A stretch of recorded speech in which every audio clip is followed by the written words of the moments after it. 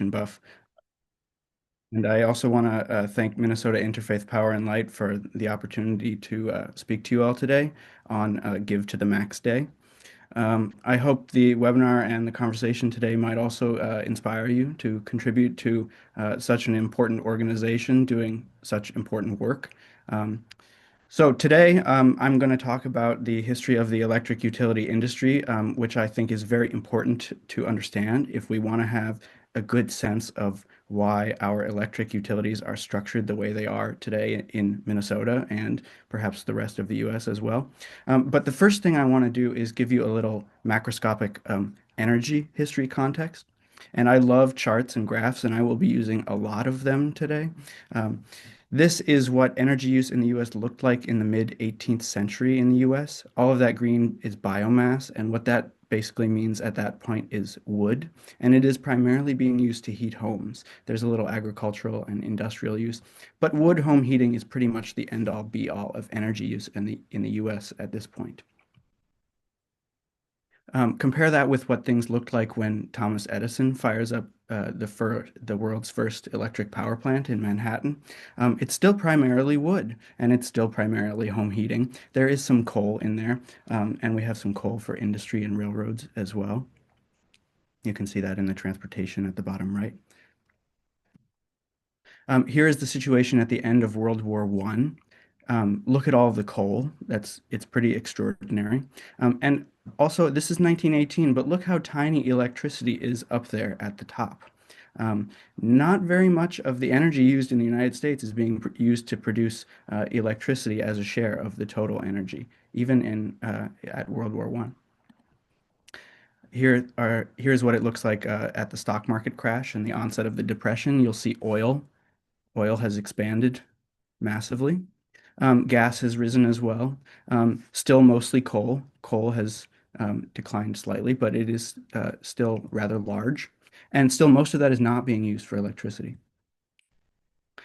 Here's the 1950s. Okay, you can see electricity is now getting a little bit bigger. Oil has overtaken coal. Natural gas is rising as well.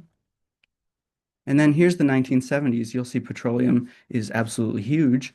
But most importantly, take a look at what happens to electricity.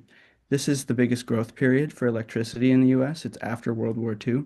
Oil is huge, but almost none of that, or very little of that, is being used to make electricity.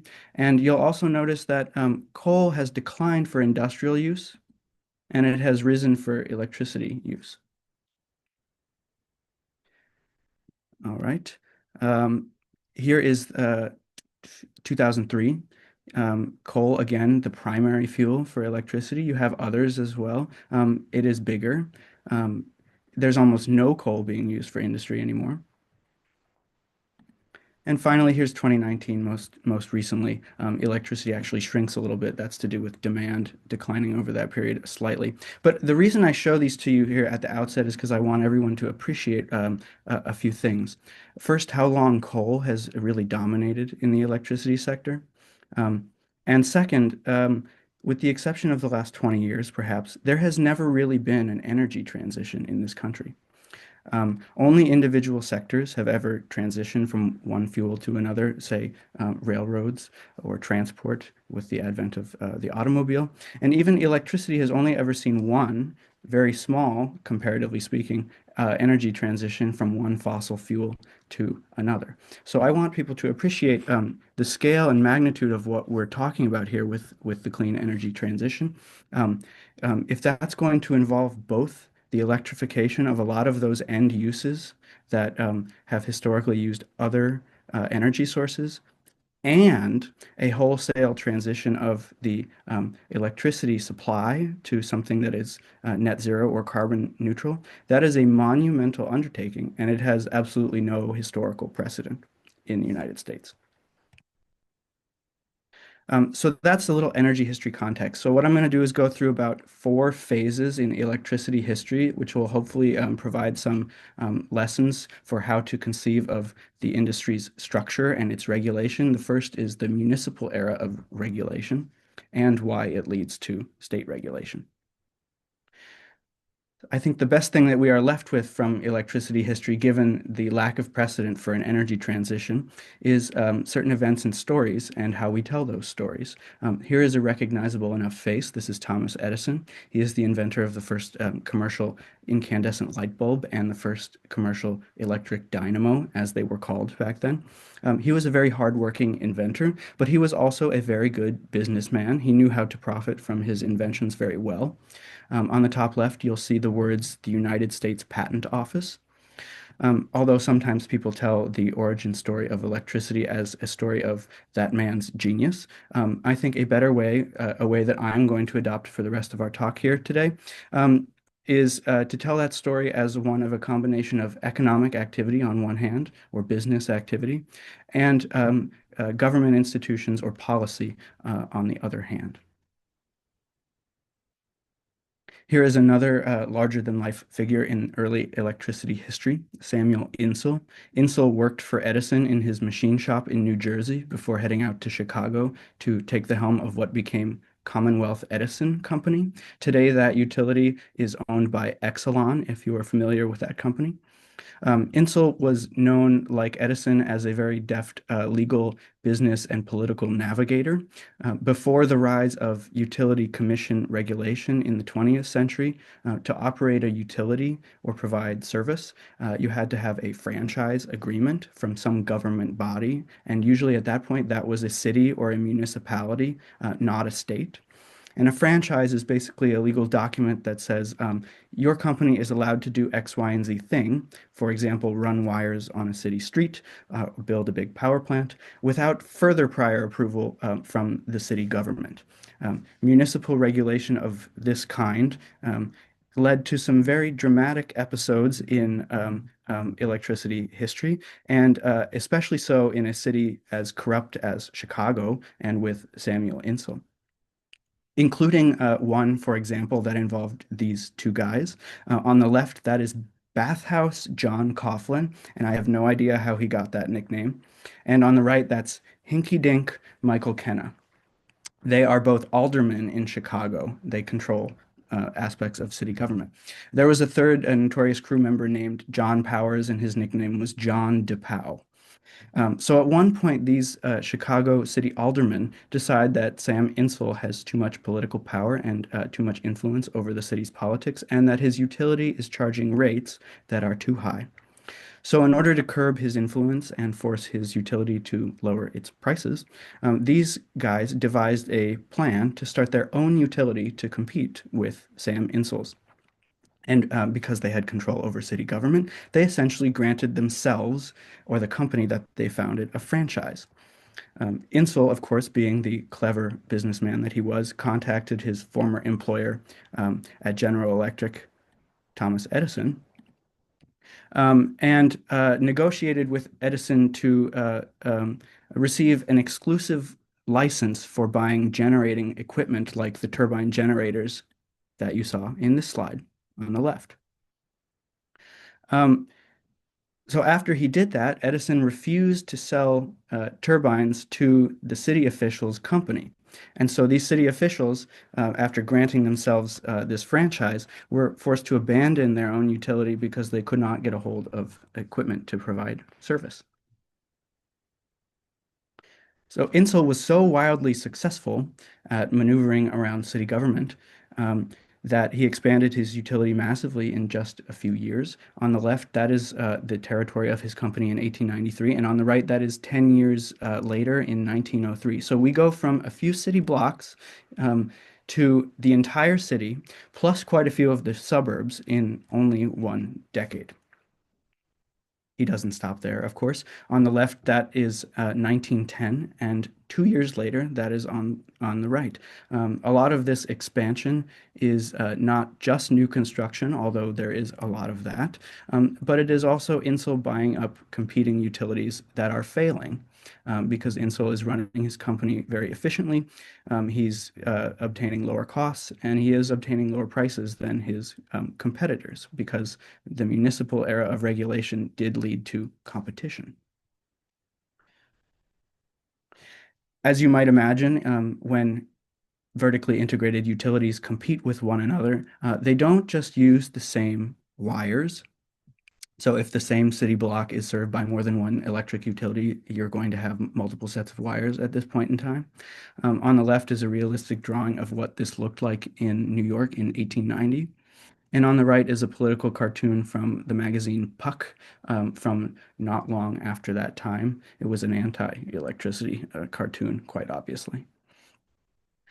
Here is what this looked like in photographs in the Seattle area. Seattle City Light Tower Crossing on the right, City Light lines on the left. That is the municipal government utility, which is competing with the private company, which here is most likely Puget Sound Power and Light, an investor-owned utility in that area.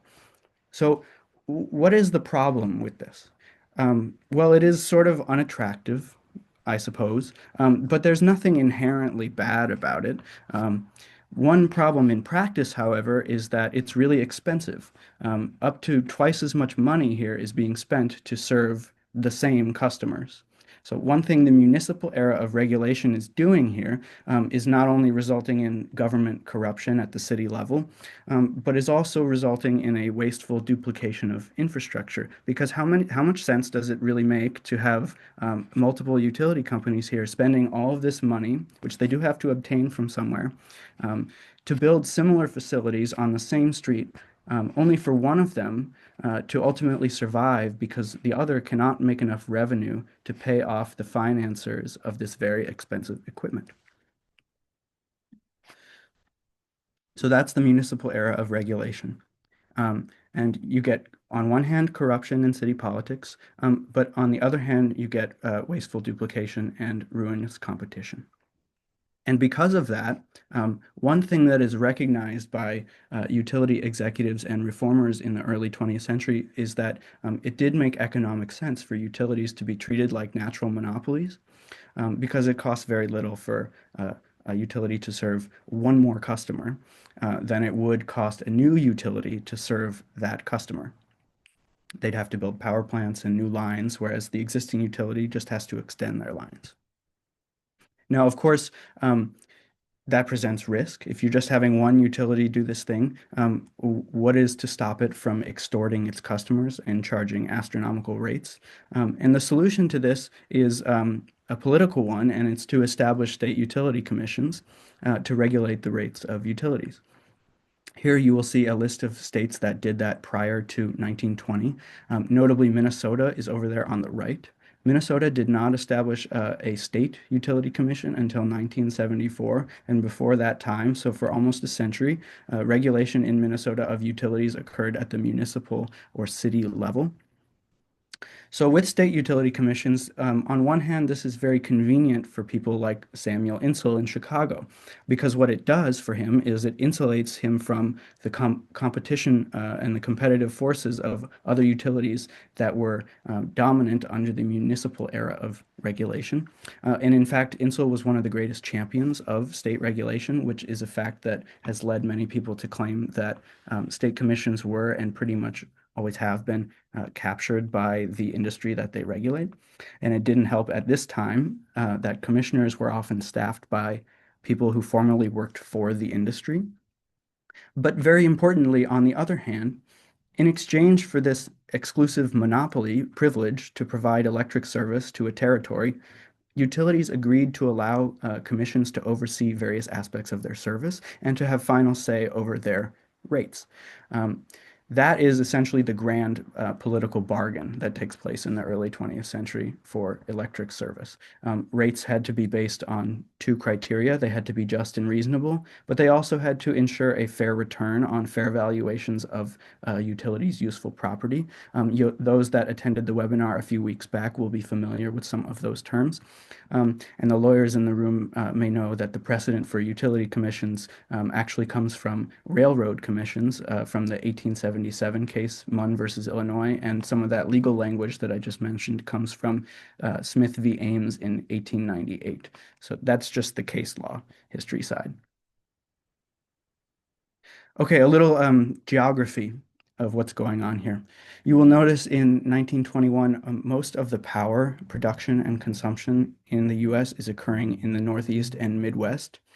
the area of the country between New York City and Chicago. That is the area of the country that is industrializing the most and the fastest. And that is where utility commissions are taking hold first. Here's another map from 1920 that depicts what the main fuel used for electricity production was across the United States. White areas are hydroelectricity. You will see in upstate New York, for example, that's where Niagara Falls is. Um, the dominant fuel is hydroelectricity. In the southeast, where the Tennessee River flows, hydroelectricity. In the west, hydroelectricity. But notice again, between New York City and Chicago, the dominant fuel is coal. That is where most of the electricity in the US, with the exception of, say, California, is being produced at this time. Okay, so why is all of that important? Well, I'm going to go through one example here, and it is going to get a little technical. I apologize, but the details here did matter quite a lot. So what you're looking at is a chart of the sales for a utility in the month of July 1918. The utility is operating in the Lehigh Valley of Pennsylvania and its towns and cities. It's called the Pennsylvania Power and Light Company, and this is a few years after the establishment of Pennsylvania's Utility Commission. You'll see on the left 7 of the largest customers listed over there, and then a total of what their kilowatt hours of usage is and the price that they are charged on the right. Underneath that, you'll see a couple of other customer types. You have other industrial and commercial users. You have residential light and commercial lighting customers, and you have other utilities that then resell the electricity to some of the same sorts of customers. Um, Two things to note about this chart. One is the amount of power that is being used by these different customer classes. Industry uses a lot of power, while the lighting consumers, mainly residential ones, use very little power. And that is just a technical fact. Big motors, big electric steel kilns, they take a lot more power to run than lights do. The second thing to note about this chart is that column called load factor. The load factor is a measure of how often and how constant is one's electricity consumption. If you want to get real technical, it's a ratio between the maximum and the average. So if you have a high load factor, that means you use electricity often and you use it fairly constantly. If you have a low load factor, that means that you turn on your lights at night for a few hours and then you turn them off and you don't use them anymore. So why is that important? Well, imagine you are this utility and you have just spent a lot of money on some big turbine generators and some new transmission lines and distribution equipment. The absolute last thing that you need or want is a bunch of customers that only turn on their lights for 2 or 3 hours at night and then turn them off. Because when they turn them off, you have to turn off your turbine. When they turn them on, you turn on your turbine. So the last thing you want is for your turbine, which is very expensive, to be sitting idle all day. So what you need is big consumers that consume a lot of power and consume it fairly often throughout the day and even all night. Now, how are you going to secure those customers' business? How are you going to get them to sign up for service? These customers, these cement manufacturers on this chart, they can produce electricity themselves if they want to. They can buy some smaller equipment, which is less expensive, and they can produce that power. It has a cost to them. So what you're going to do if you're a smart utility is you're going to try to offer them prices that are lower than the cost it would be for those customers to generate that electricity themselves. And by doing so, you are going to secure their business because it's cheaper for them to sign up for utility service than to produce it themselves. So that's what's going on here. Here's what that might look like back in Chicago, the place I talked about earlier. Each of those lines on the left is a different year. It's the average day for any given year. So in 1898, which is that line at the very, very bottom of that graph, that is a graph of the load factor on any given day. So you'll see a sort of small hump over there, 8 o'clock, 9 o'clock, 10 o'clock, and then another one over at 7, 6, 7 p.m. And then at the very top, that's by about 1911. So what's happening there is you'll see two spikes. Chicago utilities signed contracts, mainly Insuls Utility signed contracts with electric streetcars, which were big consumers of power. Um, and so that spike in the morning is mostly people commuting, and that spike in the evening is mostly people commuting. The reason the spike in the evening is larger than the one in the morning is to do with the city lights and residential lighting turning on. However, the majority of those spikes is coming from the streetcars. What this effectively did for Samuel Insull is raise his load factor on average on any given day to over 40% from under 30% in 1989, so over the period of 13 years. So why is all that important? Okay, two reasons, and then I will move on. This is the technical part of the talk. It's important. Um, a utility offers industry low prices to secure their business. That's number one. And two, to get them to use more power throughout the day and even at night. And what that does is raise a significant amount of revenue for utilities relative to their costs. It generated so much more revenue relative to these large costs that what it did was actually force a decline in the average cost of providing service to all of its customers. So what that means is that a utility can actually lower its rates for all of its customers, however unequally so, when its average costs go down, because average costs are what determine the rates. State utility commissions at this point were well aware of that fact. And so this is the reason that they encouraged customer class pricing. Um, some people might call it price discrimination. But this is what customer class rate design in the early century was all about. This is why it took shape. This is why state utility commissions regulated the business like a natural monopoly. And this is roughly the industry structure from the early 20th century all the way through the 1960s, and even to some degree is still the industry structure that we live with today. Okay, I'm going to pause very quickly for uh, this is sort of the first bit of the talk, and I want, if anyone has any questions they would like to ask that are clarifying about some of these more technical matters, I would appreciate if you would offer them up. So I encourage you to ask questions. I will move on in a moment, however.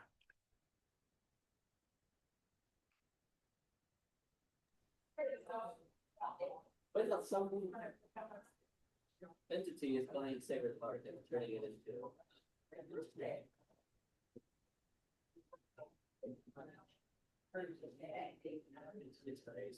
I don't see any questions in the chat, Ben. I'll move on. I do notice Hudson Kingston noted that Duluth's franchise agreement for Minnesota Power is up for renewal this year, and Excel in Minneapolis just secured theirs last year. Mhm. So, And they do have to periodically renew their franchises. These things are not granted necessarily in perpetuity. They of course expire after a certain number of years. And a commission could, if it wanted to, deny the issuance of a franchise. In the early days, a municipality often did deny companies franchises, or if they were trying to get the company to lower its prices, they would issue competing franchises like the city officials in Chicago did to themselves. But it was really not uncommon to issue two or three or more franchises for the same area. And that is what distinguishes the early municipal era of regulation from the state commission era. State commissions generally do not grant multiple franchises for service to the same customers. There are some exceptions to that, but that is mainly how that works for all of the reasons that code. it was a surprise to me that you pointed out that Minnesota's Public Utilities Commission as a state commission didn't uh, come into being till 1974. Was there a precipitating event for that made them do that? There was, I think, and I will get to that very shortly. Okay, I'm going to move Great, on thanks. and skip a few things here. This is about holding companies and the TVA and big dams and hydropower, and I can come back to this if people want. Those are some beautiful photographs, but it's actually less relevant to Minnesota than some of this other stuff here. Okay, so as I mentioned, that is more or less the industry structure until the late 1960s and early 1970s, and especially the 1990s. So what happens in the late 60s is a sort of crisis of that model.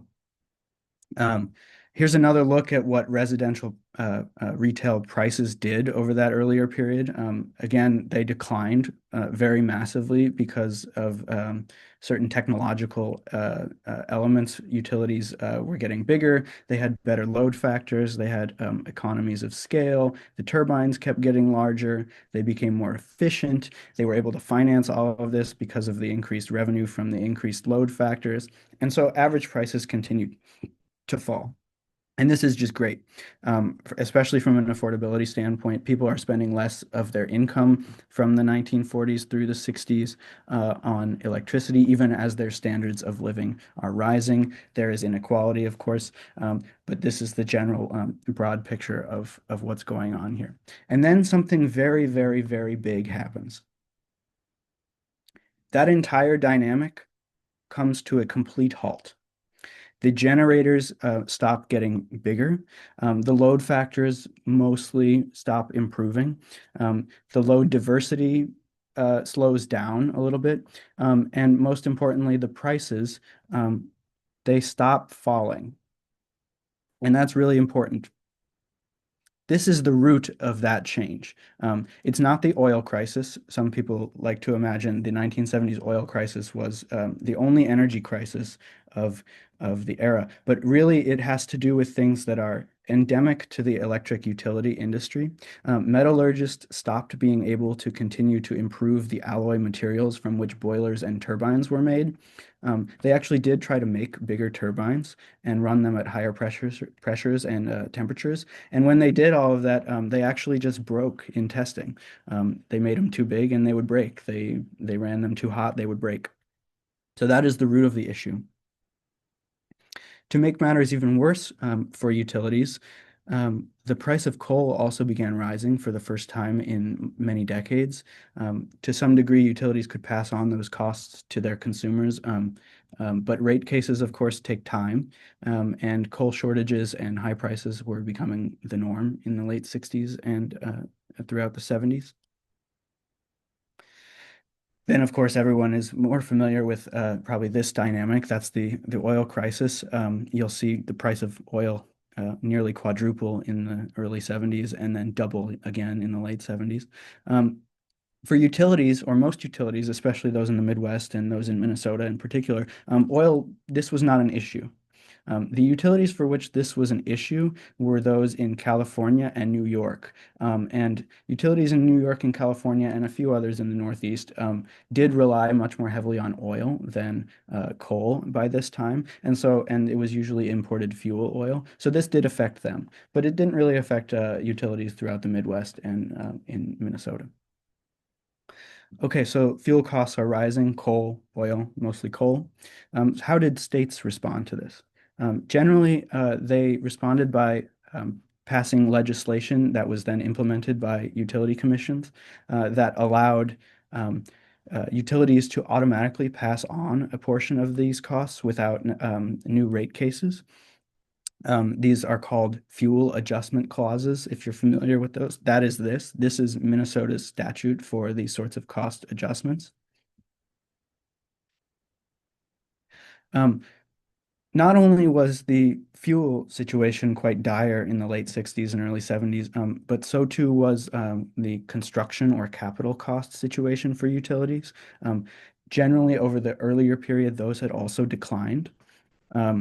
But now they had started rising due to a variety of factors, including generalized inflation, but also some other factors specific to the materials out of which these things are made.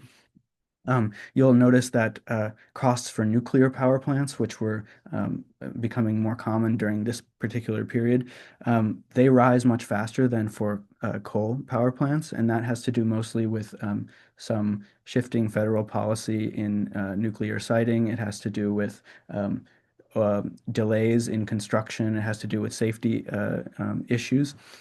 But you'll also see coal coal power plants are also rising in terms of their construction costs, and part of that, or the most significant part of that, is the Clean Air Act had passed in the late 60s, and utilities had to install fairly expensive sulfur scrubbers and taller smokestacks to satisfy some of the requirements of the Clean Air Act. And so while that is generally a great thing for pollution and air quality, it does mean increased costs for utilities.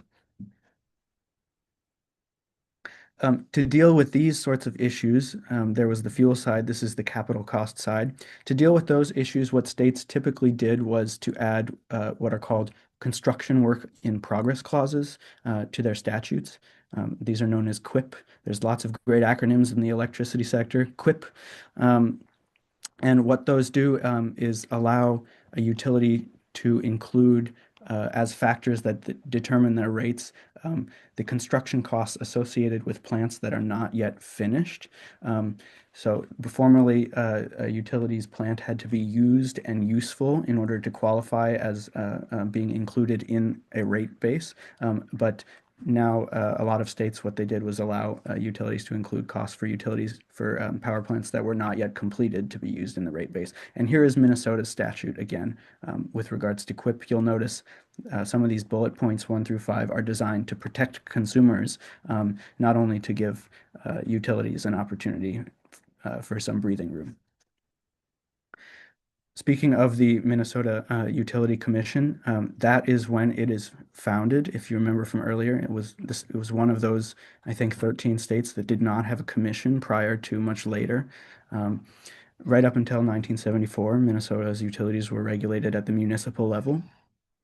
Um, and so one theory that you could draw from this chart, and I would have to do more research to figure out whether it is true, but one theory you could make is that rising prices are part of what motivated Minnesota to come together and consolidate regulation over its utilities at the state level in order to protect consumers, but also probably to streamline other things like alleviating the profit squeezes on utilities. So that's the state level. There's also the federal level, and I'm going to try to speed up here because I see we're running out of time.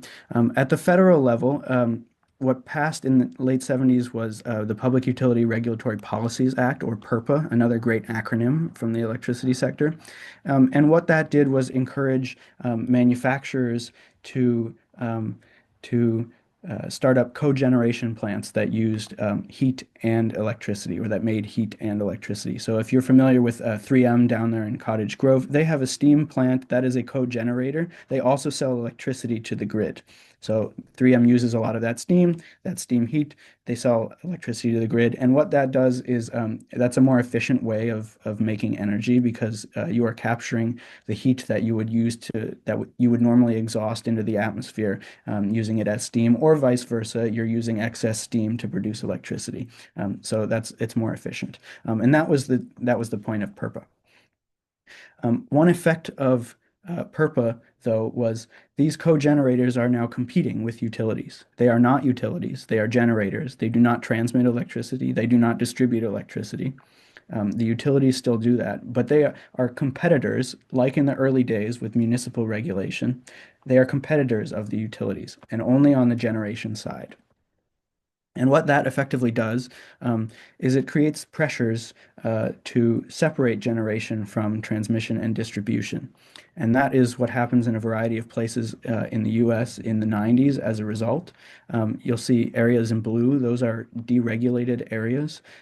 The ones in the Northeast and Mid-Atlantic, those stripes are where there's deregulated electricity and deregulated gas. That's the green.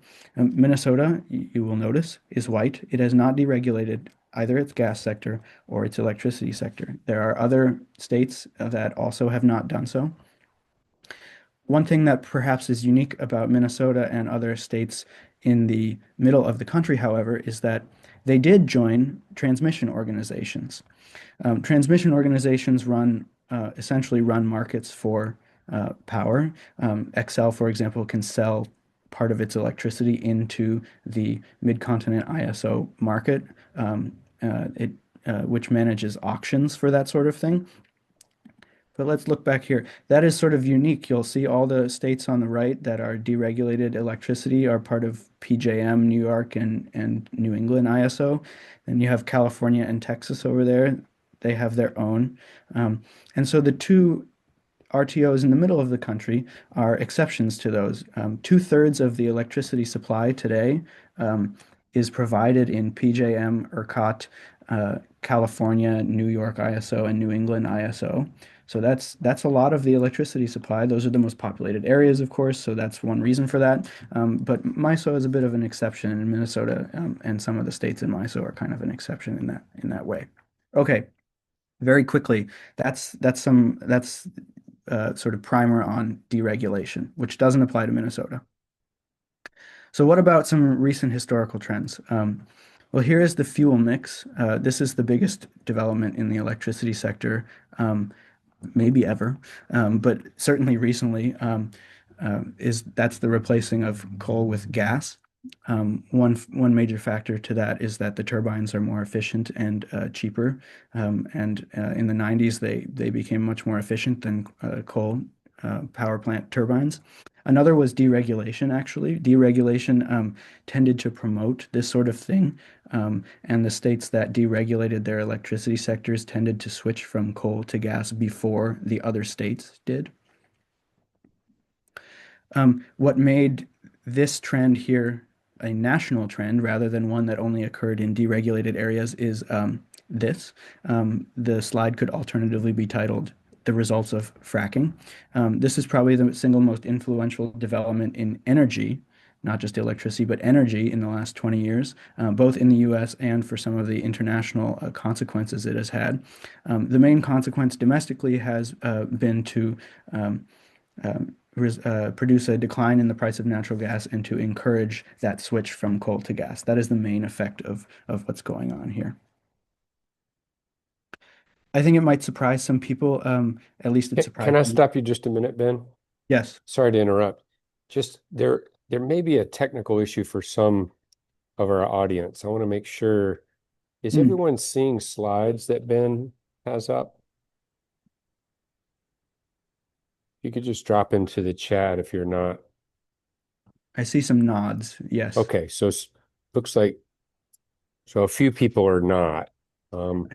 If you're not seeing the slides, you might need to exit the Zoom and come back in, and we'll let you in. So, thank you. Go ahead, Ben. All right. Um, I think it might surprise some people.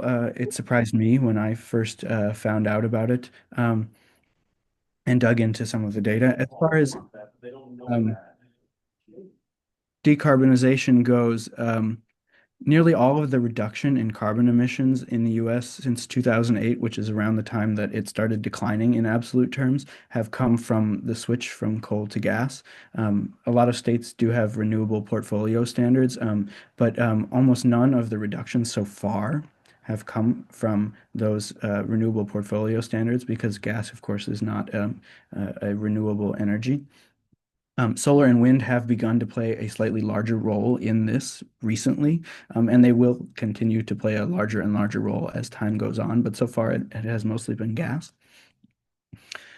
I will flag some other trends here. This is the solar and wind build out in the United States. Minnesota does have quite a bit of wind relative to its demand, but also take a look at just the sheer volumes that are being built in certain places of the country. This sort of mirrors the trend with gas. Texas and California are deregulated areas. They have certain state policies that are different from other states, and solar and wind build out most um, have been mostly in those states so far. One thing that tends to happen when a state builds a lot of solar, which Minnesota is now doing, especially rooftop solar, is you get something like this. This is called a duck curve. Why? Because it looks like a duck and it quacks like a duck. It's not a gray duck, it's more of an auburn duck. And what it is showing is what the grid load looks like on the average day in the spring in every year from 2015 to 2023 in California. So say 1 p.m. on April 15th, 2 years ago, just to pick a random day. There was so much rooftop solar providing power in California that the rest of the generators didn't need to turn on at all at that time. Then that's that dark black line at the bottom, the belly of the duck, as it were.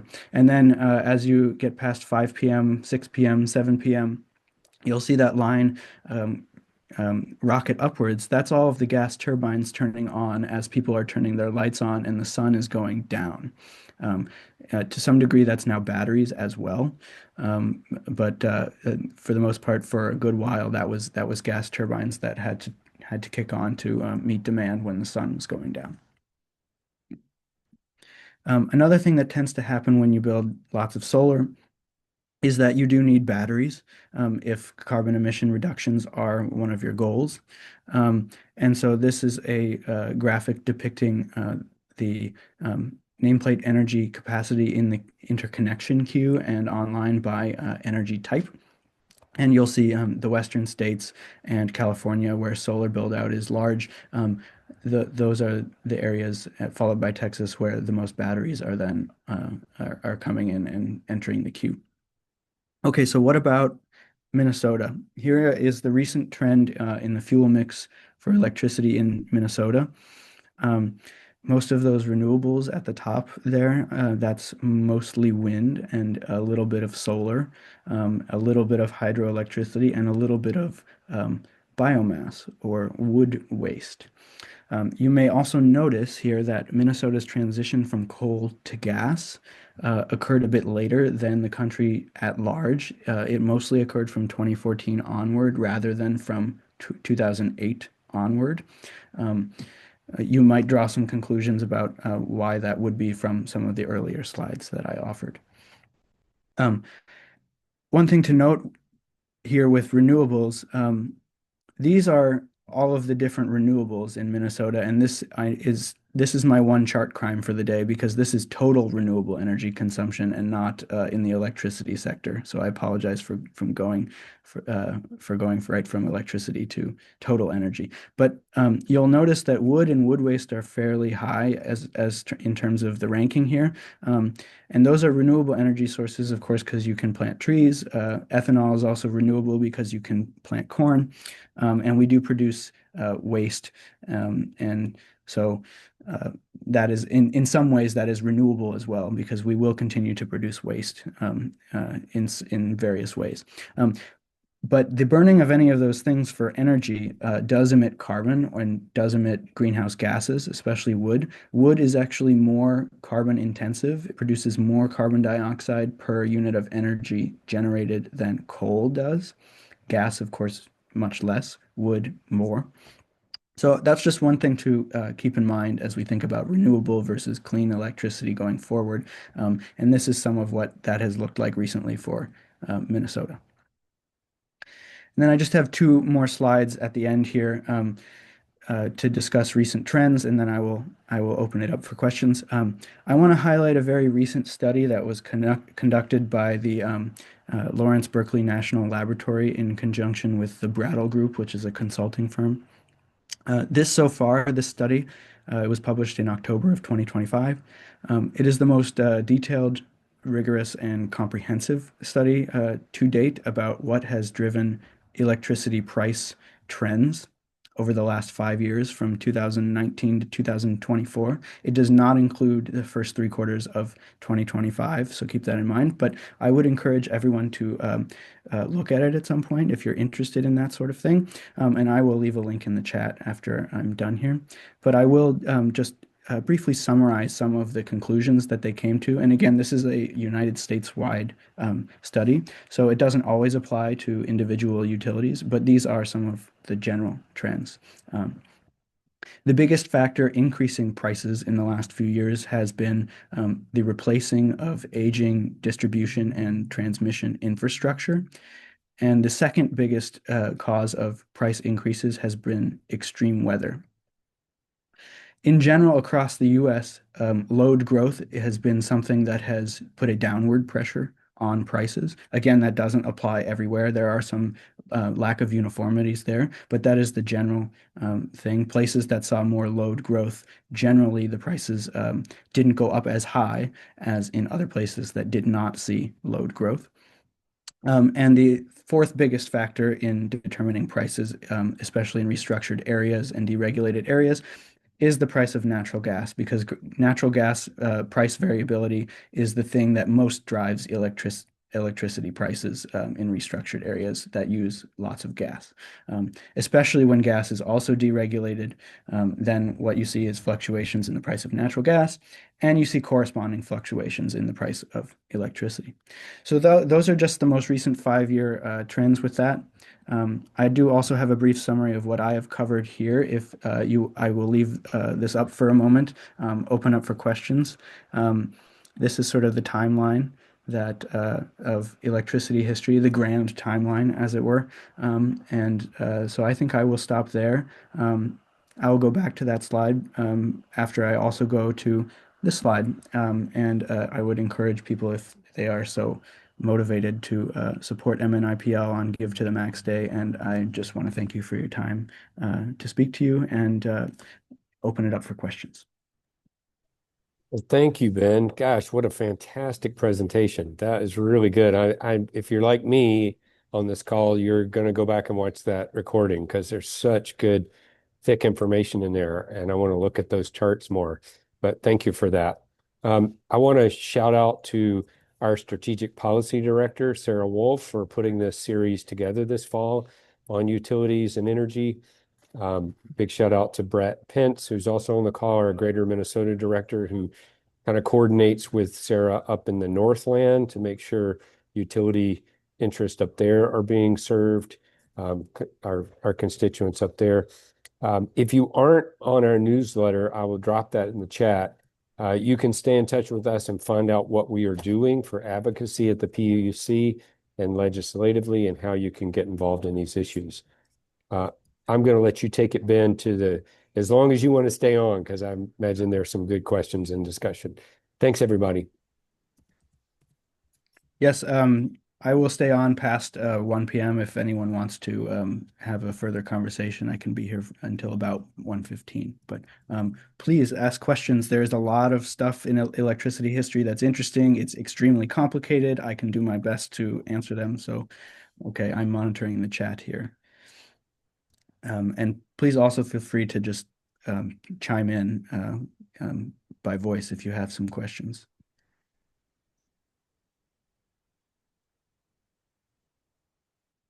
Okay. Does Minnesota, I'm just reading some from the chat here. I'll go backwards because it's easiest for me here.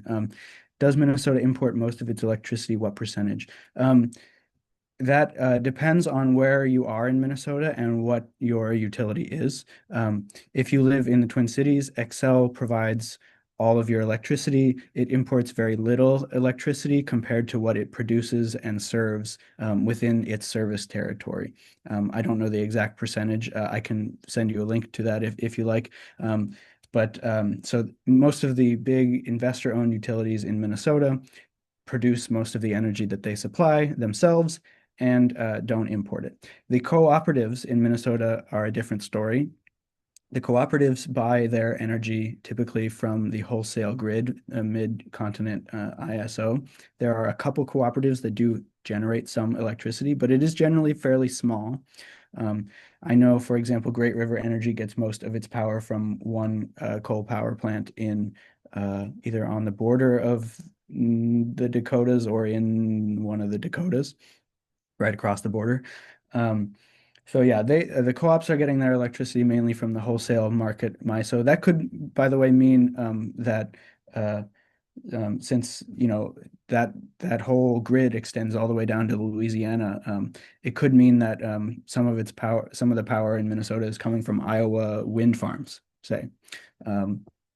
But that's the picture. I think in general, if you were to make an aggregate of all of what I've just said and look at Minnesota as a whole, you'd find that a low percentage of the electricity used in Minnesota is coming from outside of Minnesota, but some of it is because cooperatives are getting their electricity from the wholesale grid.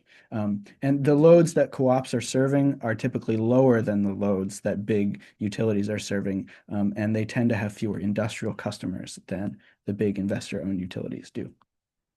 Okay.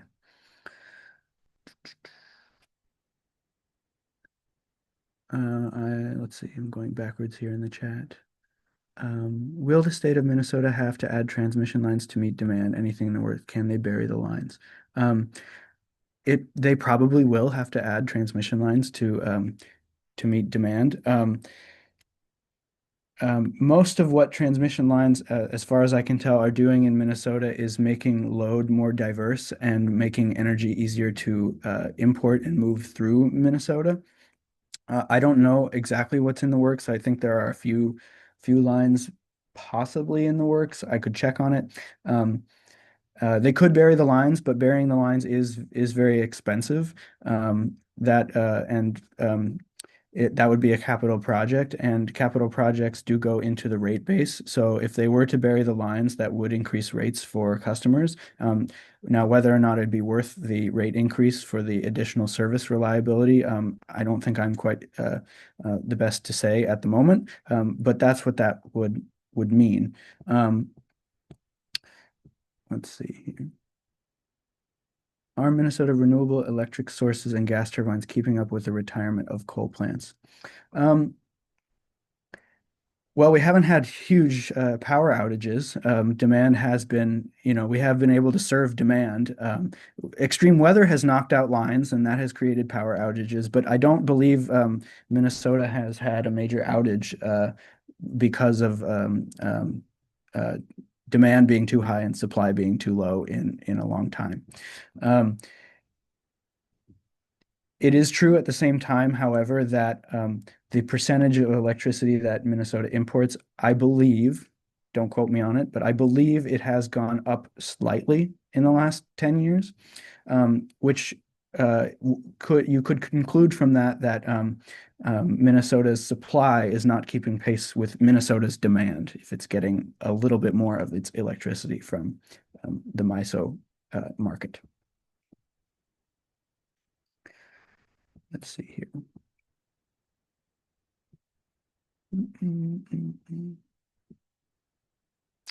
What challenges do you foresee with building of numerous data centers? Tough question. Challenges. On the electricity side, the challenge will be as far as, well, let me put it this way. I think something that one can learn from the history of electricity with regards to data centers is that it's very important to pay attention to the load characteristics of the data centers, or to treat the load characteristics of the data centers in some unique way. And to some degree, the bill passed in June, which directs the Utility Commission to formulate a separate rate class for data center loads. That does go some way towards at least providing the framework for conceiving of those loads differently from other loads. I'm aware of a couple proposals in the rest of the country as well that have to do with treating data center loads as flexible loads. And what that usually means is when there's limited supply and high demand on the grid at any given one time, there are incentives in place, or there ought to be in these policy proposals, incentives in place to get data centers to curtail their demand so that residents don't see either higher rates or they don't see their lights shut off as a result of high data center demand. So one thing that you might have noticed from my own presentation is that in the early days of electric utilities, industry loads were very important for the expansion of the grid to residential consumers. And state utility commissions really recognized that these different customers had different load characteristics. And so what they did was design the rates in such a way as to ensure some kind of bargain was reached, and that actually rates for residential consumers did also fall as a result. There are certain technological trends at that time that are different from the technological trends now, but you get the idea. I think the important thing for electricity in data centers is really pay attention to what are the load characteristics, what are the demand characteristics. That's sort of my inclination. There are a variety of other issues with data centers that you will have uh, um, come into contact with if you went to the earlier webinar with Sarah here at MNIPL, but I'll stick to the electricity side of things. Let's see here. Lots of questions. Sorry, allow me to scroll for a few seconds here.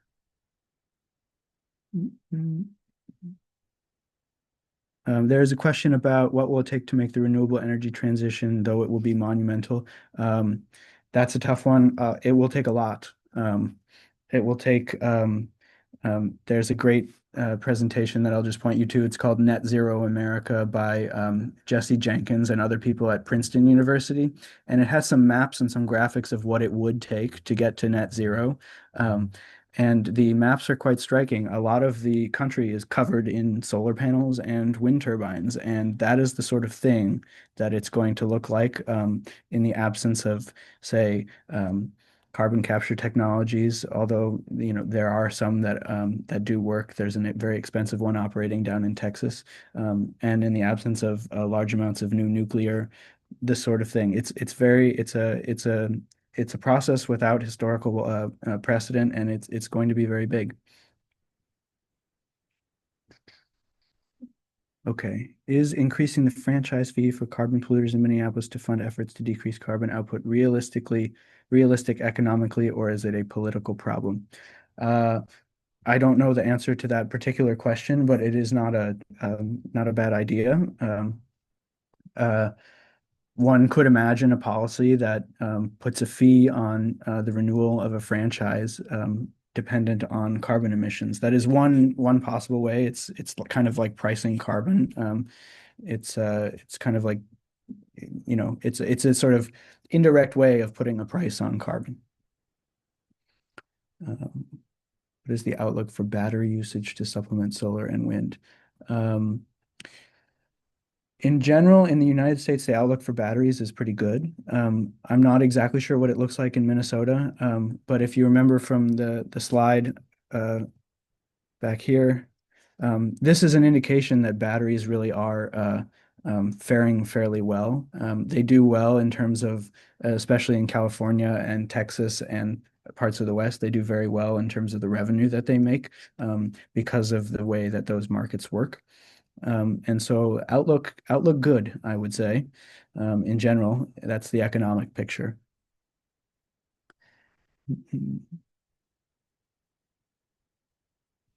Yes, Brett Pence points out we also have coal plants still to retire. Yes, indeed, they are not dead. When I said coal's decline on that one on say this chart, I should have actually said coal's very protracted decline. It's long. It is declining, and it probably will continue to decline. That's just what the sort of economics say about it. But yes, there are still large coal plants in Minnesota.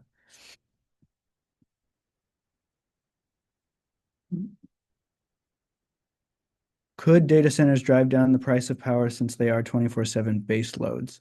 Um, well, if you look at this study, you may find an answer. Um, They are 24/7 base loads, but they are also somewhat variable dependent on traffic. I believe in the case of Virginia, which is one place that has more data centers per capita in Northern Virginia than the rest of the world, during the period that this study focused on, they did uh, result in a small downward pressure on prices, and that had to do with the load characteristics and the spreading of fixed supply costs over a larger load. But again, PJM is very large, and so some of that power may not have been coming from Virginia. It could have been coming from Pennsylvania. It could have been coming from Maryland, West Virginia, Ohio, that sort of thing. So it's hard to say. It's really a difficult thing to especially predict about, given the scale of data centers that are now going to be or slated to be built. Yeah, and your follow-up question about could data centers um, use backup on-site generators to shed load during peak hours. I imagine that that is something that they would do in certain states that are thinking about policies that curtail their usage during peak hours. That will be those backup on-site generators. They tend to be diesel generators, and so therefore they tend to be quite polluting. If they were, say, batteries or um, if a lot of data centers have solar panels on their roofs, but if they were batteries, of course, then they wouldn't be emitting. But then if they were, say, very batteries, they only have um, a certain amount of stock of electricity. They would need to be very large because of the power demands. So that is a challenge. Some of the latest battery plants are they display those characteristics. They're very large, and they're very powerful. So it's kind of an open question still, whether or not that's possible. Bonnie says Minnesota is bringing 765 kilovolt transmission line in southeast Minnesota. Why aren't those lines being buried as outlined in Next Gen Highway Plan? Why are they now planning on 150 feet to 200 feet towers? I imagine I don't know if anyone has the cost to bury those, but I imagine it's very expensive. So that would be one reason why they might not want to bury them. There is always a question with transmission lines because they often cross multiple states of who is going to pay for them, whose rate base are they going to be included in. Um, uh, let's say a transmission line runs from northern Texas to Iowa. It's crossing multiple states, and the people in those states in Oklahoma, say, are not benefiting from the transmission line, but it is still being built on Oklahoma in Oklahoma. So those are often some of the more difficult questions, and there are procedures in RTOs to deal with that sort of stuff and in ISOs, but it's often cumbersome and it requires a lot of agreement and compromise amongst representatives from states and utilities, and it's very complicated. So yeah, those might be some of those reasons um, that they don't want to bury them. Is Excel getting hydropower from Manitoba? Oh, thank you, Brett. Yes, they are. Nuclear energy, not clean energy when we consider mining. Fair point. It is there are concerns about waste and pollution with nuclear. As far as I know, when states pass clean electricity standards, the only thing that they mean is carbon emissions, and there are indeed other concerns.